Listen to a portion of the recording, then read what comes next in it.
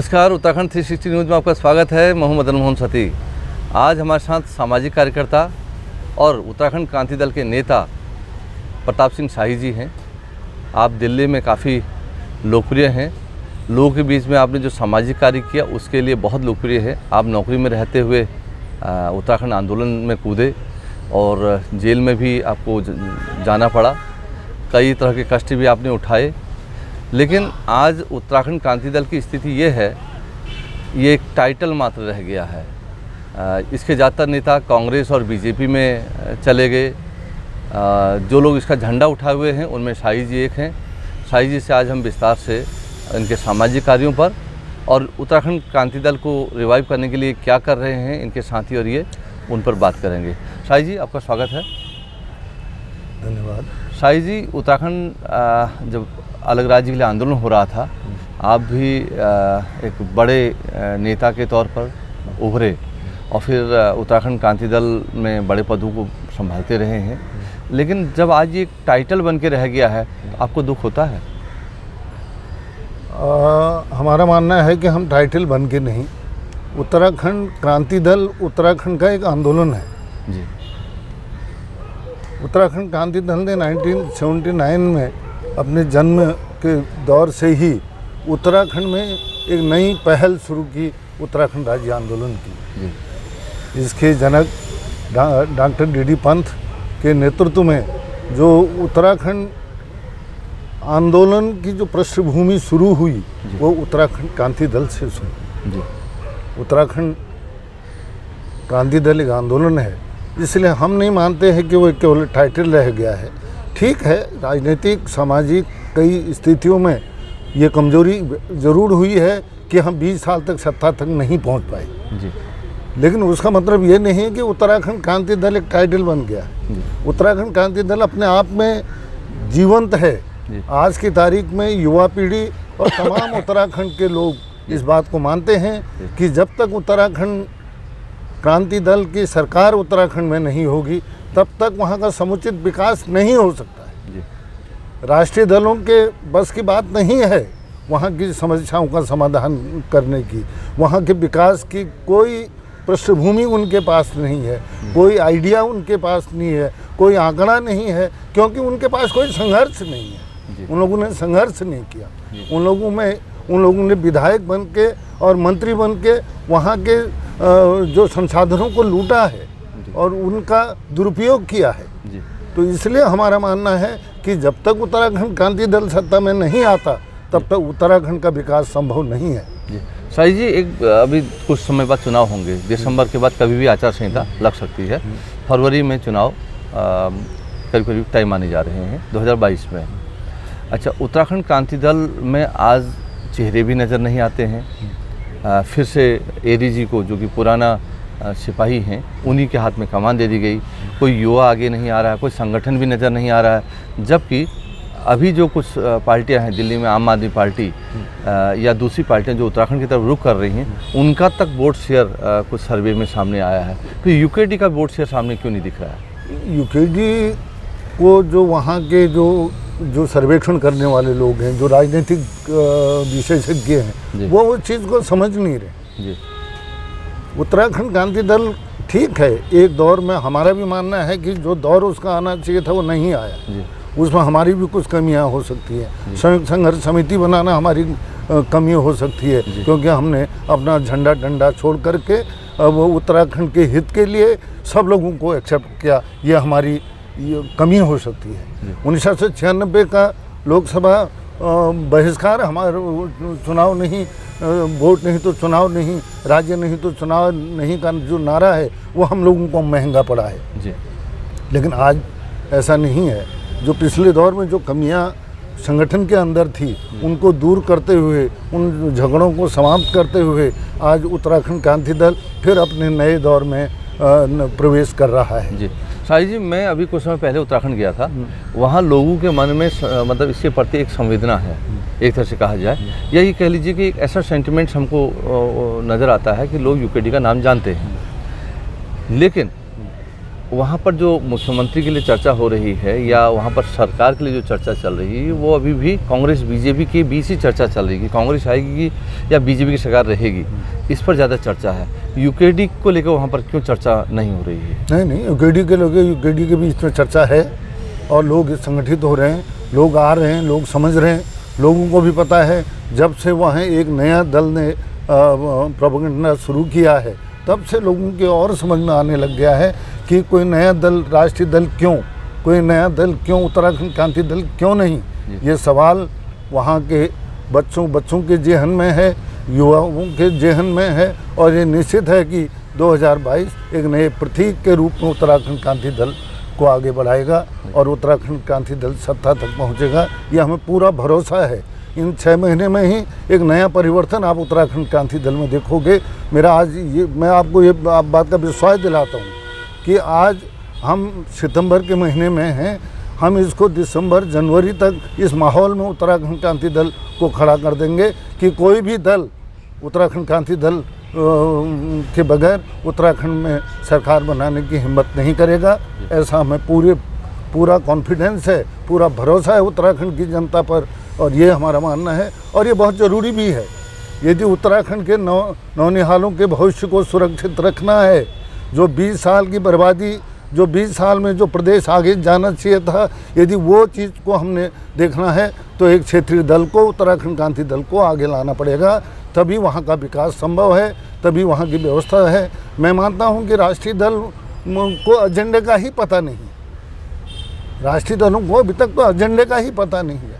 हमारा एजेंडा वहाँ बिजली पानी नहीं है, हमारा एजेंडा वो है जो 2000 में जो पार्लियामेंट ने 26 संशोधन लगा करके हमारे उत्तराखंड के विधेयक पास किया, जिस समय उत्तराखंड को एक यूपी का एक अधीनस्थ इकाई के रूप में स्थापित किया, जिससे कि सारे संसाधनों का दोहन उत्तर प्रदेश सरकार ने या केंद्र के लोगों ने किया। उत्तराखंड को आज कंगाल हालत में पहुंचा दिया है।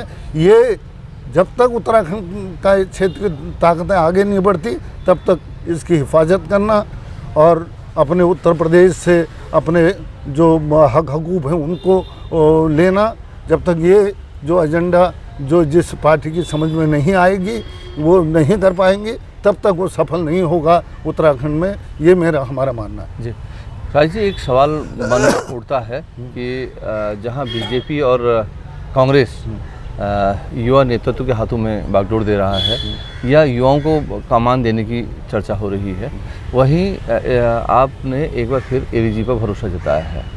क्या युवा नेतृत्व आपके पास अभी नहीं है या युवा नेतृत्व को भरने में यूकेडी में टाइम लगेगा? युवा नेतृत्व हमारे पास है।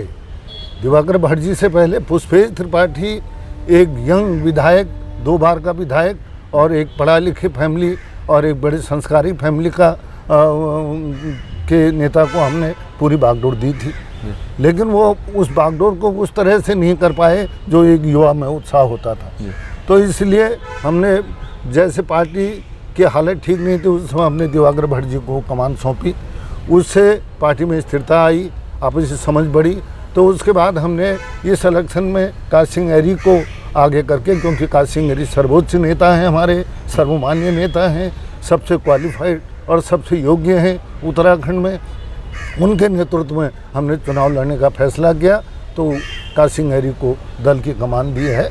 युवा हमारे पास है, युवा नेतृत्व निश्चित है आगे आएगा और बहुत शिद्दत के साथ वो आगे आ रहा है, ये हमारा मानना है। शाही जी, एक चीज़ हमने और देखा पिछले 4-5 सालों में कि चुनाव के वक्त ही यूकेडी का झंडा दिखाई देता है, बाकी आंदोलनों के वक्त तो नज़र नहीं आता है। नहीं, आंदोलन में अभी तक के जितने भी आंदोलन इस दौर में हुए हैं या इससे पहले के दौर में तो यूकेडी के ही आंदोलन नहीं, पहले के आंदोलन होते थे जो इस दौर में पिछले 20 सालों में अगर आप देखते हैं उसमें से ये पिछला 5 साल तो बिल्कुल ऐसा रहा कि यूकेडी के जो लोग हैं 4-6 लोग नज़र आते हैं झंडा लेके और कोई ऐसा जन आंदोलन नज़र नहीं आया।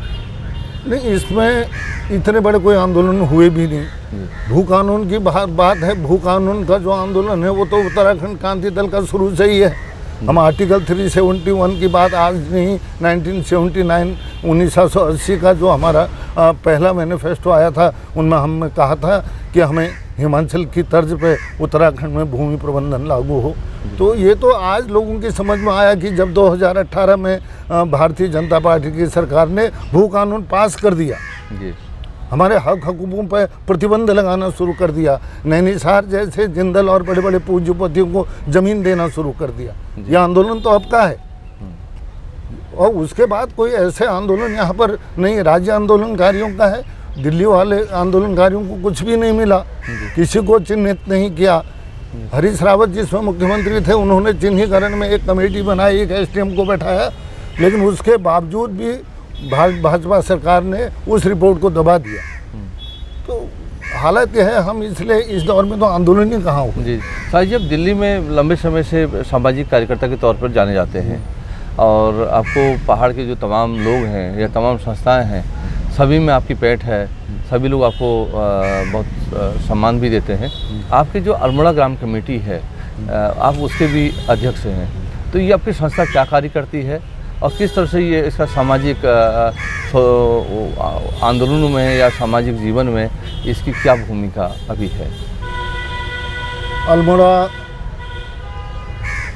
भवन, जिसे हम कहेंगे अल्मोड़ा भवन, अल्मोड़ा ग्राम कमेटी नामक एक सामाजिक संस्था की धरोहर है, जिसको हमने, हमारे अग्रजों ने 1947 से लेकर 1949 ब्रिटिश काल में ही इस संस्था का रजिस्ट्रेशन हुआ है। और उसके बाद हमारे उस अल्मोड़ा पिथौरागढ़ क्षेत्र के जिस अल्मोड़े के आज 4 जिले बन गए हैं, अल्मोड़ा, पिथौरागढ़, चंपावत और बागेश्वर, 4 जिले बन गए हैं।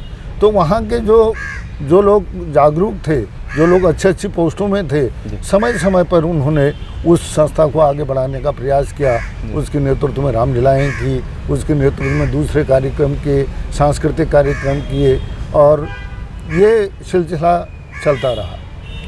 और 1990 और 91 के दौर में इसको कुछ लोगों ने एक बिल्डर को बनाने को दे दिया, और वो बिल्डर ने बनाया भी। लेकिन संयोग ये रहा कि अल्मोड़ा ग्राम कमेटी के माध्यम से उसको बनाने को दिया, और जिस समय लेने की बात आई तो अल्मोड़ा वेलफेयर ट्रस्ट के नाम से उसको घुमा दिया। अब जो भी है उसको आज हम फिर पटरी पर लाए हैं, फिर स्थिति में लाए हैं।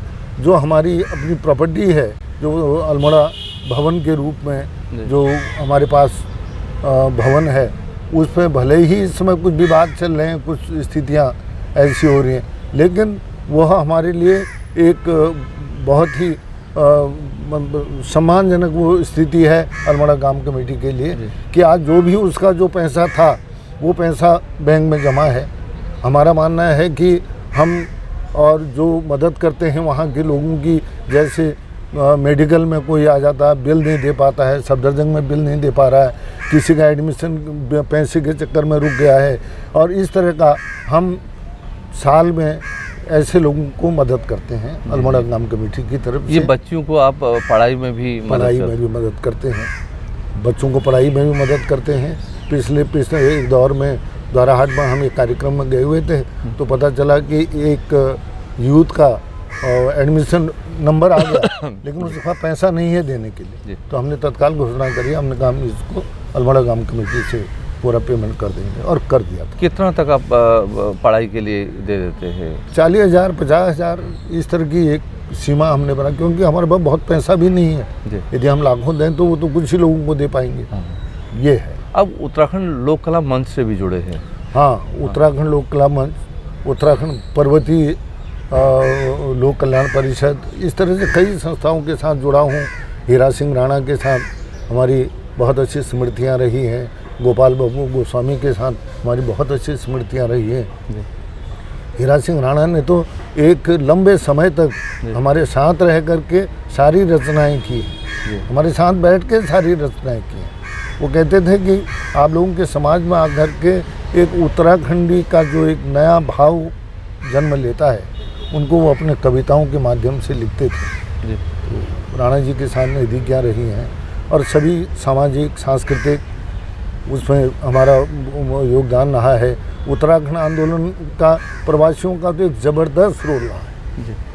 एक नया उदाहरण देखने को मिला उस समय जी। जैसे ही पौड़ी में उत्तराखंड क्रांति दल का अधिवेशन धरना प्रदर्शन चल रहा था, 13वें 4वें दिन वहाँ लाठीचार्ज हुआ। वो जो लाठीचार्ज का दूसरे दिन का रिएक्शन था, तब पता चला कि हम उत्तराखंडी कहाँ कहाँ हैं। पूरे उत्तराखंड में तो था ही था, पूरे देश में जगह जगह उसका ज़बरदस्त रिएक्शन था। जी जी। आप उस उत्तराखंड आंदोलन का फिर से जिक्र कर रहे हैं, उसमें आप तिहाड़ जेल तक गए। उसमें जब हमको मैं 11 अगस्त 1996 को जी 1994 को जी हम इंद्रमणि बडोनी जी जो मेरठ मेडिकल कॉलेज में भर्ती थे उनको मिलने गए। उस समय मैं उत्तराखंड संघर्ष वाहिनी में था, संघर्ष वाहिनी का उपाध्यक्ष हुआ करता था। हम उत्तराखंड क्रांति दल के लोग और हम उनसे मिलने गए। जब वहाँ वो अंदर नहीं जाने दे रहे थे, हमारे जाते ही पुलिस से भिड़ंत तो हो गई। बाबा बडोनी खुद ही बाहर आ गए, अरे ये तो मेरे लोग आ गए, मेरे लोग आ गए, मेरे लोग आ गए। वो बीच में खुद ही आ गए। तो पुलिस को भी लगा कि यार ये क्या हो गया। तो तब उन्होंने मेरे से कहा था कि शाही जी, आज हम अलग अलग संगठन में ज़रूर हैं, लेकिन हमारा एक सुझाव है आपको, यदि मिल के इस राज्य आंदोलन की लड़ाई को हम दिल्ली से शुरू कर देंगे तो निश्चित हमें इसमें सफलता मिलेगी। ये मान करके 16 अगस्त 1994 को उत्तराखंड क्रांति दल और उत्तराखंड जन संघर्ष वाहिनी के बैनर के नीचे दिल्ली के जंतर मंतर पर धरना प्रारंभ किया और 2 अक्टूबर के दौर तक ज़बरदस्त आंदोलन का जन्म हुआ। दिल्ली पुलिस से लेकर दिल्ली शासन, केंद्रीय प्रशासन सब परेशान थे उत्तराखंड आंदोलन से। वो हमको कहते थे भैया आप आंदोलन वहाँ करो, यहाँ नहीं। तो हम कहे भैया सत्ता सारी यहाँ बैठी है तो हम यहीं करेंगे। 2 अक्टूबर 1994 के दिन जो चंडीगढ़, हिसार, फरीदाबाद, बवाना, यहाँ तक कि लखनऊ, बम्बई तक के, नासिक तक के लोग आए हुए थे। 17 लाख लोग 2 अक्टूबर के दिन दिल्ली में प्रवेश कर चुके थे। इतना ज़बरदस्त आंदोलन, इतिहास में ऐसा आंदोलन कहीं देखने को जो तिहाड़ जाना पड़ा वो उसकी क्या वजह? उसके बाद जब लाल किले पर हम लोग गए, जो अराजकता वहाँ राजनीतिक दलों द्वारा, चाहे वो समाजवादी पार्टी हो चाहे वो कांग्रेस हो, उन्होंने इस आंदोलन को तोड़ने के लिए पूरा प्रयास किया। जब हमको लगा कि जब हम संत नगर बुराड़ी से जब पूरे कारवां लेके लाल किला पहुंचा तो पता चला यहाँ तो एक दूसरे पर पत्थर मार रहे हैं, कोई उसको वो कर रहा है। तो इसमें जब हमें लगा कि ये सब, फिर मुझे बहुत गुस्सा आया। मैं मंच पर चढ़ा और मैंने सारे माइक सिस्टम को फेंक दिया वहाँ। मैंने कहा संसद कूच का नारा है, संसद की ओर बढ़ो, यहाँ कोई बकवास नहीं करेगा। उसके बाद जब आगे बढ़ा तो पुलिस से मुकाबला हुआ, ज़बरदस्त लाठीचार्ज हुआ, गोलियां चली, आंसू गैस चले। तो फिर हमको अरेस्ट कर लिया गया और हम 14 दिन तिहाड़ में रहे। एक ज़बरदस्त 184 लोग थे हम तिहाड़ में। शाही जी, एक चीज़, आपके यूकेडी के जो बाद में जब उत्तराखंड राज्य बना तो ज़्यादातर लोग बीजेपी और कांग्रेस तरफ उन्होंने दौड़ लगाई। आपको भी बीजेपी और कांग्रेस का ऑफर आया, फिर आप उन दलों की तरफ आपका क्यों झुकाव नहीं हुआ जबकि आपका खुला ऑफर था? एक्चुअली हमारा जो सोच है जी, हम जिस उत्तराखंड की परिकल्पना के साथ उससे जुड़े थे जी, वो मकसद उन दलों में जाके पूरा नहीं होता है। जी, एनडी तिवारी जिसमें मुख्यमंत्री थे, मैं हीरा सिंह राणा को लेके उनके पास गया था कि कार्यक्रम के लिए 5 लाख रुपए दे दो शर्ट के शहीदों को लेकर के। तो तिवारी जी ने मेरे से कहा था कि तुम पहले अपना शक्ल ठीक करके जल्दी अंदर आओ, जिंदगी भर आंदोलन करते रहोगे क्या? अब ये दाढ़ी कटाओ, हुलिया ठीक करके मेरे पास आओ। तो कहने लगे तुम जिनके साथ आए हो, विपिन त्रिपाठी विधायक बन गया, काश सिंह हरी विधायक बन गया, हीरा सिंह राणा कलाकार है, डंगवाल तुम्हारा वो भी उपाध्यक्ष बन गया था उस समय। तो कहने लगे आप क्यों नहीं आते? नहीं, हमारे कॉन्शियस ने अलाउ किया। हमको लगा कि इनके साथ जाके वैसा उत्तराखंड तो मिलना नहीं है। हम जहाँ बाहर हैं कम से कम अपने जिस उत्तराखंड की हमने परिकल्पना की थी उसके लिए लड़ाई तो लड़ रहे हैं हम। जी। ये सेटिस्फैक्शन तो है जी। हमें। अच्छा, इस बार कितनी सीटों पर चुनाव लड़ने का मन है आप लोगों का? हमने तो 70 पे घोषणा की है। जी। ठीक है, 70 पे तो घोषणा किसी के साथ कोलैबोरेशन भी कर अभी सकते हैं? हाँ, आम आदमी पार्टी के साथ या किसी के साथ? अभी ना आम आदमी पार्टी के साथ, ना कांग्रेस के साथ, ना बीजेपी के साथ। जी। हाँ, क्षेत्रीय संगठन जैसे कि हमारे परिवर्तन पार्टी है, जैसे एक दूसरे तरह के जो संगठन हैं, इनके साथ मिलकर, जो आंदोलनकारियों के साथ मिलकर एक गठबंधन जरूर तैयार किया जाएगा। उसको हम अभी 18 तारीख की मीटिंग में उसके लिए कमेटी की घोषणा कर देंगे, जिसका होगा कि वो कैसे राजनीतिक संभावनाएं तलाश की जाए, कैसे आगे बढ़ा जाए, कैसे यूथ को जोड़ा जाए, कैसे नए नए मुद्दे जो सामने आएंगे। क्योंकि कोटद्वार में 18 को मीटिंग होनी थी, अब देहरादून में रख दी। उस मीटिंग में एक फाइनल ड्राफ्ट आ रहा है, जिसमें हम कैसे राजनीतिक पहल हम 2022 में करेंगे। ये ठीक है शाही जी, थैंक यू। आपसे बात हुई, बड़ा अच्छा रहा। आपका सामाजिक और ये राजनीतिक दोनों चीज़ों पर हमने चर्चा की। आप भी करते हैं, आप लोगों को शुभकामनाएं भी देते हैं। जी, थैंक यू।